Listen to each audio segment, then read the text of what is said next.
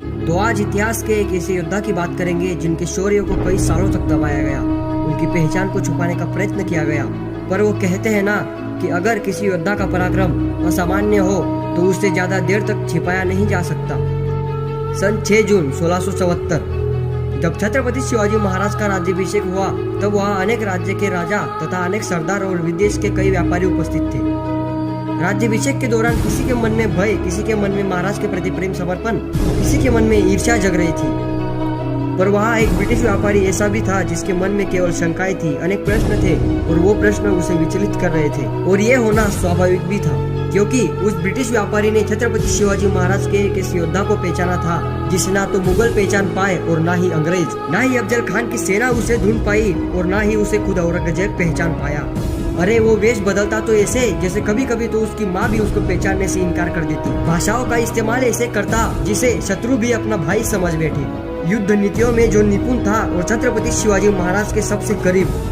Yes, I am talking about Bahirji Naik, Maratha साम्राज्य का एक ऐसा योद्धा जिसके समर्पण के बिना ना ही सूरत लूटी जाती और ना ही अफजल का वध हो सकता था, ना ही औरंगजेब के दरबार से छत्रपति शिवाजी महाराज और संभाजी महाराज की छुटका होती।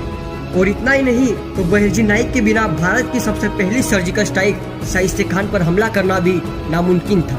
अगर बहिर्जी नाइक और उनके साथ काम करने वाले 3000 मराठा जासूस ना होते तो महाराज का इतिहास आज कुछ और ही होता। शिवाजी महाराज ने जितने भी युद्ध लड़े हैं उनमें से कईयों में बहिर्जी नाइक का बहुत ही बड़ा बलिदान रहा है। अगर आप बहिर्जी नाइक का बालपन एवं बाल शिवाजी को बहिर्जी कैसे मिले ये जानना चाहते हो तो ऊपर दिए गए लिंक पर क्लिक करें।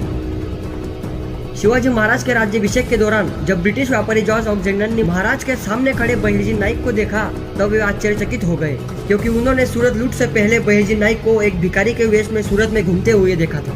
बहिर्जी नाइक ने सूरत लूट के 1 महीने पहले ही शिवाजी महाराज को सूरत की सारी जानकारी दे दी थी, जैसे कि संपत्ति के सारे ठिकान, आने जाने के सारे मार्ग। और इतना ही नहीं तो बहिर्जी नाइक ने अनेक मुगल सरदारों के नाम तक महाराज को बता दिए थे। बहिर्जी नाइक की मदद से ही शिवाजी महाराज सूरत को लूट पाए थे। स्वराज्य के सबसे घातक शत्रु कहे जाने वाले अफजल खान के वध में भी बहिर्जी नाइक का बहुत ही बड़ा बलिदान रहा है। शिवाजी महाराज को अफजल खान के स्वराज्य में आने से पहले ही बहिर्जी नाइक ने संदेश भिजवाया था कि अफजल खान छुपके हमला करने वाला है। और इतना ही नहीं तो अफजल खान की सेना की सारी गुप्त जानकारियां तक बहिर्जी नाइक ने महाराज को दे दी थी।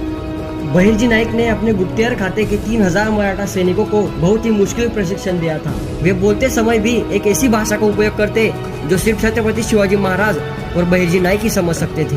बहिर्जी नाइक तो वेशभूषा ऐसे बदलते कि महाराज के दरबार में आने के बाद महाराज को छोड़कर उन्हें कोई भी पहचान नहीं पाता था। इतिहास की सबसे बड़ी सर्जिकल स्ट्राइक कहा जाने वाला युद्ध शिवाजी महाराज के पुणे लाल महल में घुसने से लेकर शाइस्ते खान पर हमला करने तक की सारी योजनाएं बहिर्जी नाइक की वजह से पूर्ण हुई थी। इस सर्जिकल स्ट्राइक का फुल वीडियो आपको आई बटन लिंक में मिल जाएगा। बहिर्जी नाइक ने 1 लाख शत्रुओं के बीच खुद 4 महीने रहकर लाल महल तथा शाइस्ते खान की पूरी जानकारी महाराज तक पहुंचाई थी।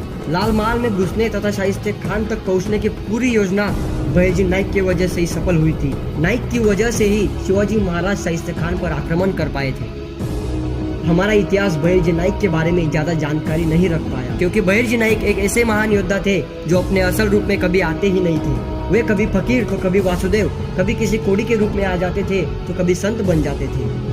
इतिहासकारों का तो ये भी कहना है कि अगर बहिर्जी नाइक की मृत्यु ना होती तो औरंगजेब छत्रपति संभाजी महाराज को कभी पकड़ ही नहीं पाता। बहिर्जी नाइक इतिहास के एक ऐसे महान योद्धा थे जिनके शौर्य को इतिहास कभी नहीं भूल सकता। ऐसे वीर योद्धा को हमारा शत नमन।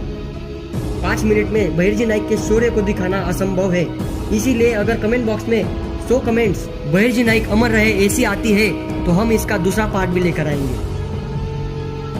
वीडियो अच्छी लगे तो इसे ज्यादा से ज्यादा शेयर करें ताकि इन योद्धाओं का पराक्रम पूरे विश्व में फैल सके। जय हिंद।